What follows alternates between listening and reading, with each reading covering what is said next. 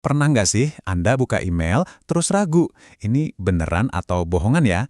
Nah, hari ini kita akan kupas tuntas trik-trik di balik email phishing, supaya Anda punya bekal buat melindungi inbox Anda. Oke, kita mulai dari angka yang jujur aja, cukup bikin kaget. 78%. Yap, 78%. Sebanyak itulah para profesional IT yang udah hampir yakin kalau perusahaan mereka bakal kena serangan phishing tahun ini. Jadi, ini bukan lagi soal kalau-kalau, tapi tinggal nunggu waktu. Nah, ini bukan cuma masalah buat perusahaan besar loh, ini masalah kita semua yang punya inbox. Dan pertahanan terdepannya ya kita sendiri. Oke, kita mulai dari yang paling gampang dulu ya. Ibaratnya ini puncak gunung esnya lah.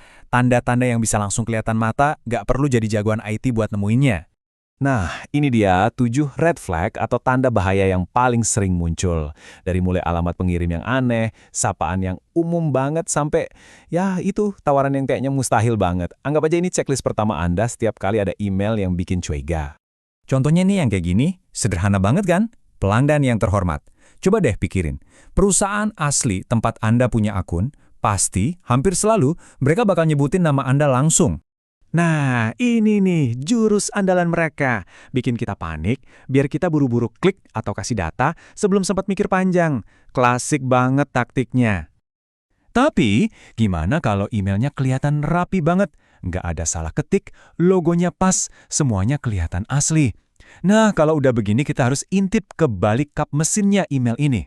Jadi setiap email itu punya yang namanya header. Anggap aja ini kayak paspor digital. Isinya itu data teknis yang mencatat semua perjalanannya, dari pengirim sampai ke kita. Dan disinilah cerita aslinya, tanpa editan, terungkap. Di dalam paspor digital itu ada beberapa bagian penting. Coba lihat, ada kolom from, ini yang kita lihat sehari-hari, nama pengirimnya. Gampang banget dipalsuin, tapi ada juga received dan return path. Nah, dua ini nih yang jadi jejak digital aslinya yang susah dibohongin. Terus, buat ngecek keaslian paspor ini, internet itu punya semacam tim penjaga keamanan digital. Mereka ini kayak bouncer di depan pintu masuk inbox kita, yang tugasnya ngecek ID setiap email yang mau masuk. Kenalan yuk sama 3 bouncer utama ini. Pertama ada SPF, dia yang nanya, server ini emang boleh kirim email pakai domain ini? Terus ada DKM, dia ngecek, ini emailnya diutak-atik di jalan nggak ya? Terakhir ada DMARC, ini bosnya. Dia yang mastiin SPF dan DKM lolos, terus dia yang mutusin nasib email palsu ini. Mau dikarantina atau langsung ditolak mentah-mentah. Oke, jadi gimana cara para bouncer ini nangkep basah email palsu? Yuk kita bedah langsung anatomi kebohongannya. Nah, ini dia kuncinya. Ketidakcocokan antara topeng dan realita. Penyerang itu berharap kita cuma lihat yang sebelah kiri, yang kelihatannya meyakinkan banget kan? Padahal server kita ngelihat yang sebelah kanan. Return path yang nunjukin alamat aslinya, jauh beda. Nah, pas si DMARC, si kepala keamanan tadi, ngelihat ada yang nggak beres kayak gini, semua pemeriksaan langsung gagal. Otomatis dia bakal kasih perintah ke provider email kita, email ini kemungkinan besar penipuan, tandain. Nah, dengan semua info ini, Anda sekarang punya semacam kekuatan super baru. Kemampuan untuk nggak cuma lihat permukaannya aja, tapi bisa lihat apa yang ada di baliknya. Jadi, intinya apa?